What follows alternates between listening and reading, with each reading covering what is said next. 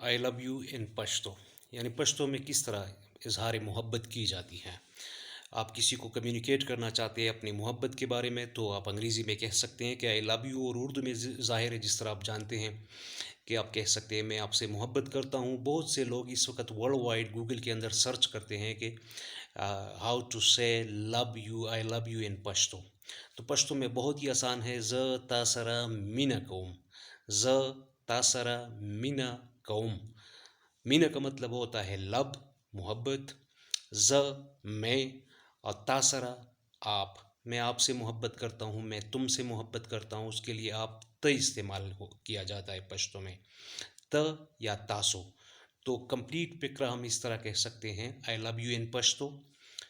इसको मैं रीफ्रेश करता हूँ, ज तासरा मिनकुम, ज स्तासरा मिनकुम, ये भी कह सकते हैं, तासरा स्तासरा, ज तासरा मिनकुम, ज स्तासरा मिनकुम, ज तासुसरा मिनकुम।